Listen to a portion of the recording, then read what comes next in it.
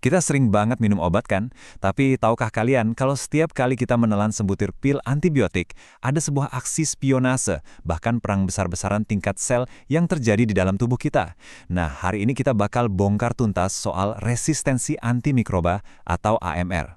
Kita akan lihat gimana makhluk sekecil bakteri bisa jadi ancaman mematikan buat dunia, dan percaya nggak percaya, keputusan sepele yang kita buat di rumah bisa jadi penentu kemenangan di perang mikroskopis ini. Yuk, langsung aja kita mulai bahas. Bagian pertama, misteri gejala yang hilang. Coba bayangin skenario ini, pasti kalian pernah ngalamin. Kalian lagi demam, radang tenggorokan parah, terus ke dokter. Dokternya ngasih resep antibiotik untuk 5 hari. Pas pulang, diminum dong obatnya. Masuk hari kedua, tiba-tiba ajaib banget, kalian ngerasa udah bugar lagi, seger, gejalanya hilang total. 100% sembuh rasanya. Terus muncul dia pertanyaan, kalau udah ngerasa sehat, ngapain kita harus capek-capek ngabisin sisa obat yang pahit itu? Mending disimpang aja kan buat jaga-jaga kalau bulan depan sakit lagi? Kedengarannya sih masuk akal ya. Tapi, dengerin ini baik-baik. Berhenti minum obat pas lagi ngerasa baikan, ini sebenarnya adalah awal mula dari sebuah bencana biologis. Nah, buat paham kenapa bisa gitu, kita harus kenalan dulu sama musuh yang lagi kita hadapin. Sebelum kita mulai serangannya, kita harus pastiin dulu targetnya bener. Ingat ya, antibiotik itu bukan obat ajaib buat segala macam penyakit. Obat ini tuh senjata spesifik yang dirancang cuma buat ngelawan bakteri. Jadi, kalau kalian sakit karena virus, kayak flu, batuk pilek biasa, atau COVID-19, minum antibiotik itu literally nggak ada gunanya sama sekali. Virus dan bakteri itu strukturnya beda jauh. Aturan emasnya, pastiin musuhnya beneran bakteri sebelum kalian manggil pasukan antibiotik. Bagian kedua, perang epik di dalam tubuh. Oke, jadi gini, waktu kalian nelen pil antibiotik itu, kalian bukan sekedar minum obat. Kalian sebenarnya lagi ngirim 1 unit pasukan elit SWAT ke dalam aliran darah buat ngerebek markas sindikat kriminal bernama bakteri patogen. Serius, ini beneran perang epik di tingkat seluler. Setiap antibiotik itu punya taktik serbuan yang beda-beda. Ada kelompok yang namanya beta-lactam, contohnya penisilin. Nah, taktik mereka ini lumayan brutal. Mereka bakalan ngancurin dinding pertahanan markas bakteri sampai benar-benar hancur berkeping-keping. Terus ada juga jenis lain, kayak makrolida, yang lebih milih buat nyusup masuk terus mensabotase sistem komunikasi bakteri, ngerusak mesin cetak proteinnya atau ngacoin replikasi DNA mereka. Intinya, pasukan SWAT ini sangat mematikan. Tapi apa bakterinya bakal diam aja nunggu dihancurin? Jelas enggak dong. Masuk ke bagian 3, taktik licik pasukan bakteri. Sindikat bakteri ini udah hidup di bumi miliaran tahun lebih lama dari kita loh. Mereka super adaptif. Waktu diserang, mereka nggak cuma pasrah. Evolusi perlawanan mereka ini udah kayak cerita film mata-mata. Musuhnya terus beradaptasi biar nggak punah. Taktik pertahanan balik mereka, wah luar biasa licik. Mereka punya 3 trik andalan nih. Pertama, pompa efflux. Bayangin aja ini kayak tukang pukul berbadan gede di depan pintu klub malam. Begitu molekul antibiotik berhasil masuk ke sel bakteri, si tukang pukul ini langsung nendang mereka keluar lagi sebelum sempat bikin kerusakan. Kedua, modifikasi target. Ini semacam taktik menyamar. Bakteri ngubah struktur protein mereka, jadi si antibiotik ini kebingungan dan nggak ngenalin targetnya lagi. Dan yang ketiga, ini yang paling nekat, deaktivasi enzimatik. Bakteri bikin enzim khusus kayak beta-laktamase yang tugasnya motong dan melucuti senjata antibiotik langsung di tempat, bikin obatnya jadi rongsokan nggak berguna. Tapi trik mereka yang paling ngeri ada di sini plasmid. Kalian pernah main game terus pakai kode cheat biar kebal? Bakteri juga punya. Kode cheat pertahanan ini disimpan di luar DNA utama mereka, di sebuah molekul kecil melingkar yang namanya plasmid. Anggap aja plasmid ini tuh kayak flash drive USB. Bakteri nggak perlu nunggu berevolusi di generasi berikutnya. Mereka tinggal berenang nyamperin bakteri lain, bahkan yang beda spesies sekalipun, terus nyolokin USB ini dan kirim file kode cheat ke kekebalan detik itu juga.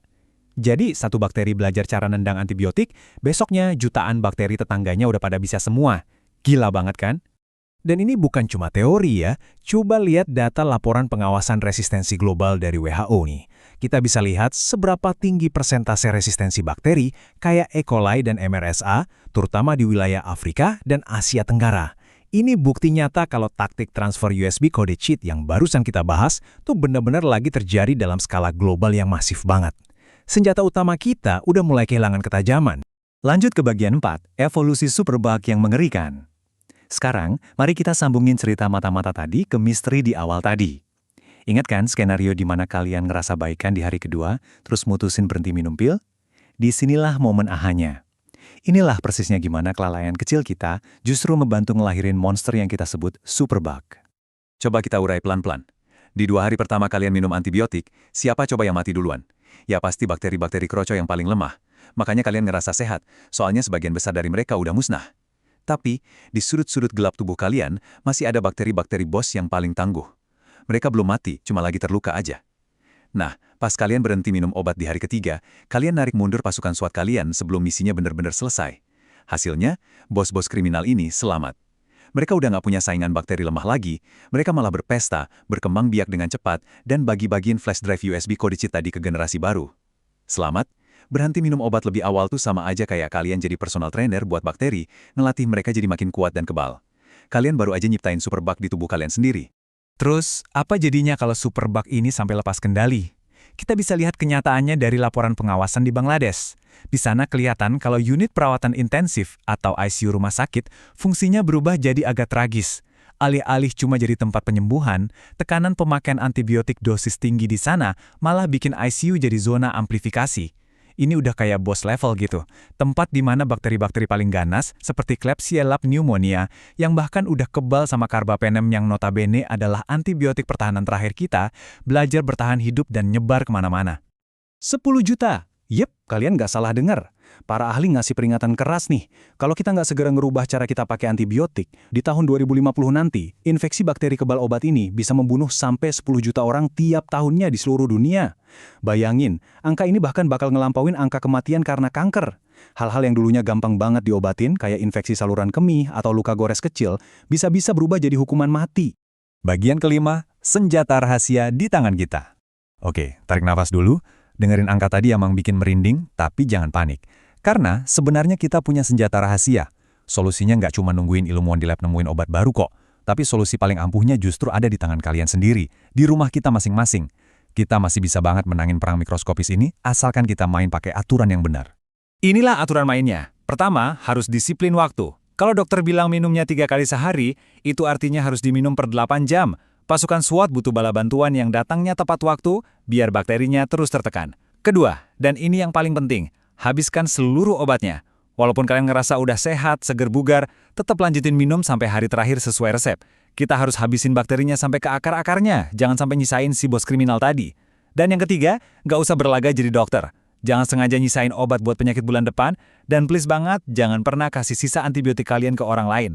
Dosis dan durasi yang dikasih dokter itu udah dihitung khusus buat kondisi spesifik kalian saat itu. Kesimpulannya, ngabisin antibiotik itu bukan cuma sekedar saran dokter aja ya, tapi udah jadi tanggung jawab kita bareng-bareng buat ngelindungin diri sendiri dan orang-orang di sekitar kita dari ancaman superbug. Nah, sekarang saya pengen nanya nih, jujur aja pernah nggak sih kalian berhenti minum antibiotik sebelum habis cuma gara-gara udah ngerasa sembuh? Atau mungkin malah pernah minum sisa antibiotik tahun lalu? Nggak usah malu, coba ceritain pengalaman kalian di kolom komentar di bawah. Kira-kira apa era keemasan antibiotik kita bakal segera berakhir? Atau kita bisa ngebalikin keadaan mulai dari rumah kita sendiri?